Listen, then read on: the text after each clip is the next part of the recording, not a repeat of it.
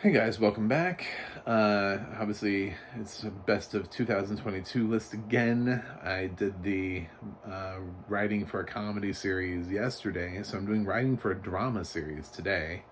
Um, I will remember I mentioned yesterday, in case you didn't watch the video, that I do something a little different where I have like genre shows grouped together, and it's going to seem a little odd because it should be like sci-fi, fantasy, horror, all that kind of stuff put together. Um, and I do have a show here that you could say is sci-fi, and another one that maybe somebody would argue is sci-fi. Has some elements to it, and I just consider them dramas. One of them technically really did start out as like a historical drama and just has evolved. And I just haven't moved it from the category because it deserved to be in this category, at least in the beginning, and it's kind of still has a drama element to it. But I do want to mention a couple honorable mentions because this list was tough, and I didn't, and I don't do one um, for you know limited series. I put limited series in with their respective categories. I do one, uh, you know, big one for the acting races and stuff for that, but I don't know, writing for limited series, just when you're putting different categories against each other in writing, it just seems like you need totally different things for writing. Um, but I uh, I I missed out. I didn't include, and it makes me sad that I couldn't fit. I went with the top 10, so I had to leave out Tulsa King. I had to leave out From Scratch. I left out The White Lotus. I left out The Last Days of Ptolemy Gray.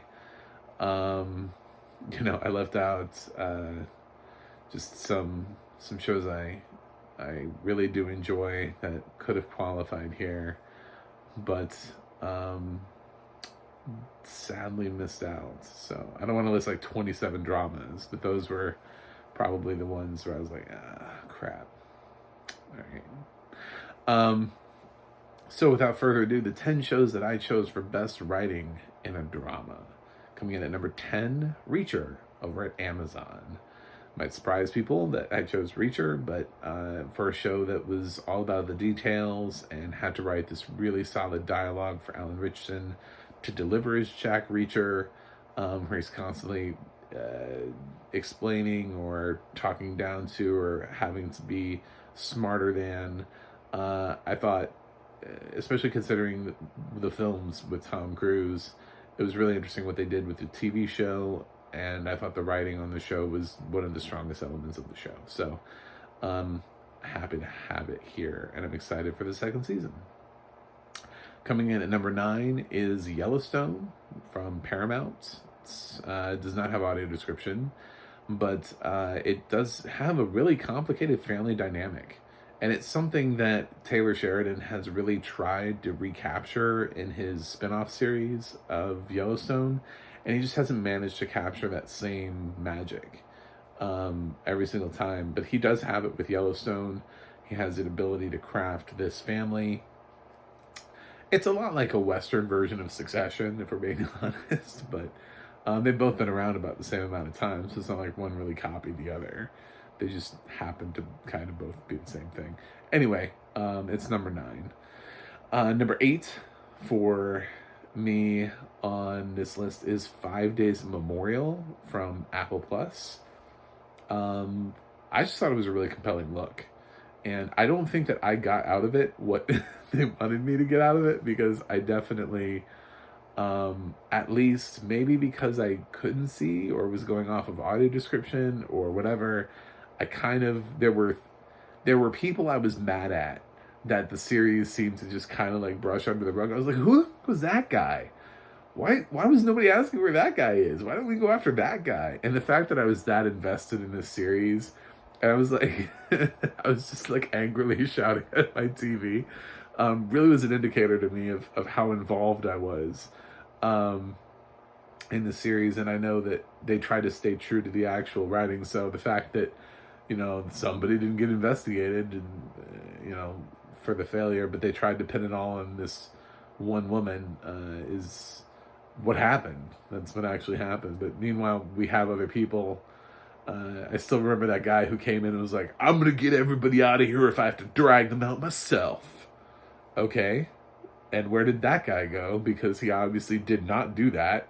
G.I. Joe obviously did not drag everybody out of there, himself. um, yeah, but nobody cared. Nobody went after him. There was no like hunt for that guy to be like, we need to hold this guy accountable. He said he was going to drag everybody out of there. Didn't happen. So his evacuation failed, but nobody cared. It's weird. Anyway, I've talked a lot about this drama. Now you understand why I like it. So that comes in at number 8. Number 7 for me is The Undeclared War on Peacock, which I did not see coming at all. It was just some random thing on Peacock where I was like, I'll look at it. And I was like, oh my God. It has a lot to say. It really does. It's a really short, like 6 episodes. And just about sort of what would happen. I mean, like, how could you declare war without declaring war? Like how could you just like do these back channels and hacking and deep fakes, and how do you create discourse in a country? And it did such a really amazing job, and I don't think that many people saw The Undeclared War. So hopefully by me putting this on this list, somebody will be like, maybe I should check that out. Yeah, you probably should. It's definitely worth your time, especially if you keep wondering, like, what is all this hacking stuff I keep hearing about? Is it really that big of a deal? Yeah, it is. It is. And The Undeclared War will explain that to you. So that comes in there. Coming in at number 6 is Gaslit from Starz, another show that did not have audio description.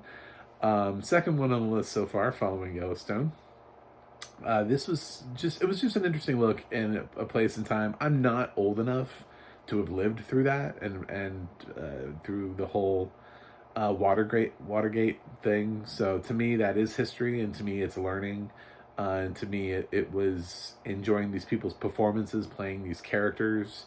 I also got to watch it with my mom, so hearing her accuracy of like, oh, I remember that. Oh, he really does look like that person. Like those kind of things, like those little interjectional things from somebody who was around during that time, was fun. It was just kind of a really well written show, and it kind of approached. I feel like it approached Watergate from a perspective that I hadn't seen Watergate approached. If you're a film fan at all with Working Metal, you've seen all the President's Men, and so you kind of know at least part of it. And I still feel like Gaslit found a new way to tell the story from a different angle. So I thought it's on my list. So there you go. Number 5 is The Handmaid's Tale from Hulu. Consistently one of the strongest written shows. I don't know that every episode this season was my favorite, but there were some really strong, big moments. Some big, I'm sure people in the writers' room were, super excited, super excited when they got certain plot elements in, and they did some complex work this season with some of the villains. And that gray area between good and evil really actually came out quite well this season, and I ended up sort of like rooting for characters I didn't think I was going to root for, and then other characters just sort of like fell off the face of the planet. I was like, well, screw you then. But when you can be that invested in a show in its 5th season, most shows are not that strong in their 5th season. So actually Yellowstone's in its 5th season too, so there's 2 shows that made it in their 5th seasons. So there's that. Coming in at number 4, I've got For All Mankind from Apple Plus. This is a beautiful show. If you have not allowed yourself to be enveloped by the characters, the cast, the storyline of For All Mankind, it's such a wonderful show. And I hold to the fact that this is a drama. I mean, it has sci-fi elements because it's about space travel, but it's not about space travel in the way that they're like aliens.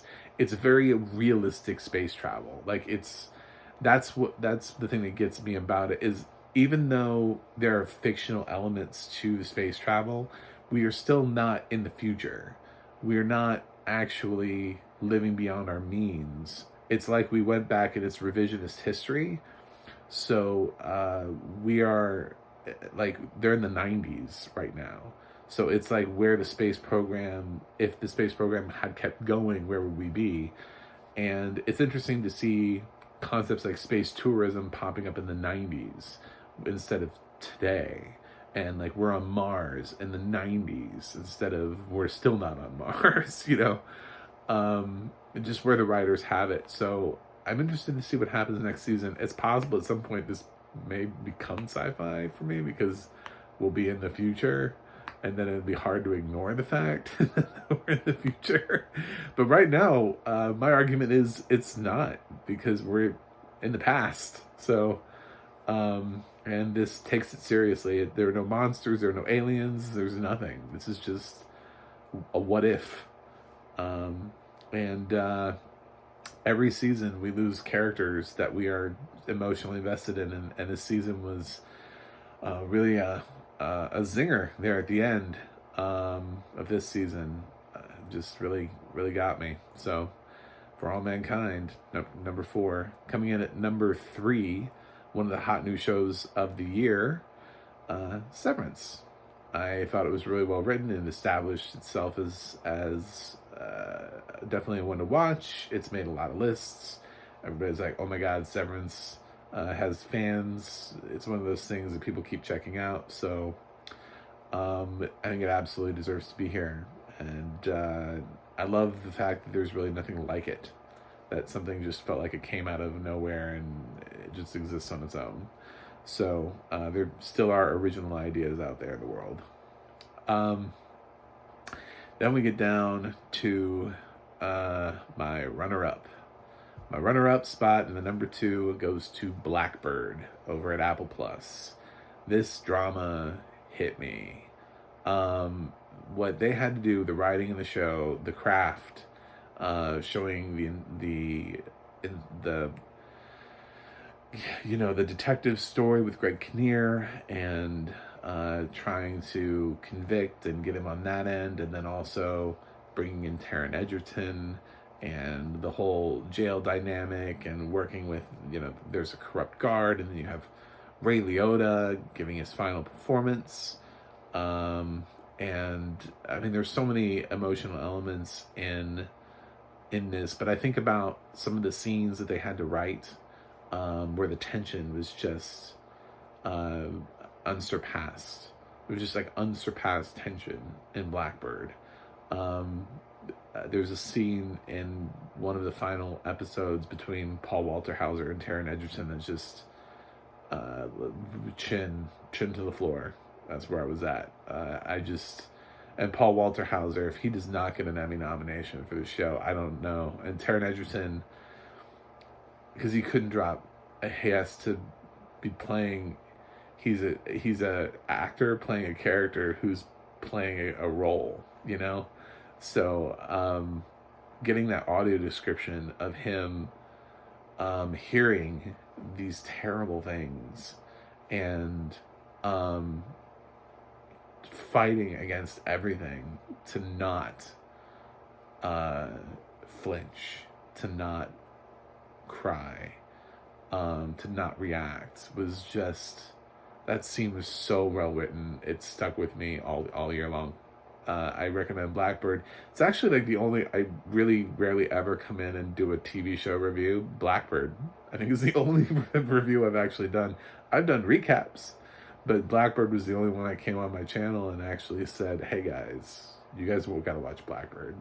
So if Blackbird's not my number 1, what is?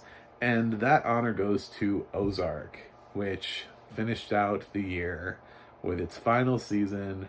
It managed to wrap up all the stories. I may not have agreed with every single character that got knocked off. But that is a testament to the writing and the care of those characters, and you just feeling something like you lost a friend, and the amazing thing is this thing only ran for 4 seasons. So we feel so connected to Ozark, and there are fans that are such big fans of Ozark. And it only ran 4 seasons. That's it. That's all we got. It was here for a fleeting moment. You know, this isn't some, these aren't characters. Chicago Fire is in its like 11th or 12th season. You know, Grey's Anatomy is in like season 20. You know, we got 4 seasons of Ozark. But I think there were character deaths here that were more impactful than some of those other shows have had, at least recently. So, that's my number 1 pick, Ozark. So obviously next year I'm gonna have a different number 1 and a number 2 because Ozark will not be eligible and Blackbird was a limited series. So does that mean Severance becomes? It's gonna need to produce a new season in 2023 in order for that to happen. Who's gonna make the new season? Who's gonna be at the top of my list next year? It could be totally different. I don't know. That's the fun part of doing this. So I hope you like my list. Debate about it in the comments. If you don't, yell at me because I didn't nominate The Crown. I don't think this is the strong season of The Crown. I'm sorry, I just don't. I watch every episode of The Crown, and this is not the best season of The Crown. I could not put that in my top 10. I'm sorry. Please subscribe, and I will be doing more. I'm doing one of these every day until I've run out of things to talk about that makes sense. I mean, I'm not just gonna keep talking about like little things, like best dog featured in a movie. No, these are writing categories are legit. I mean, if you're gonna want me to talk about screenplay at some point in the film category, why wouldn't I talk about writing for TV shows? So yeah, makes sense. So there you go. I'll be coming back around to another list tomorrow. But until then, subscribe, and I will catch you on the other side.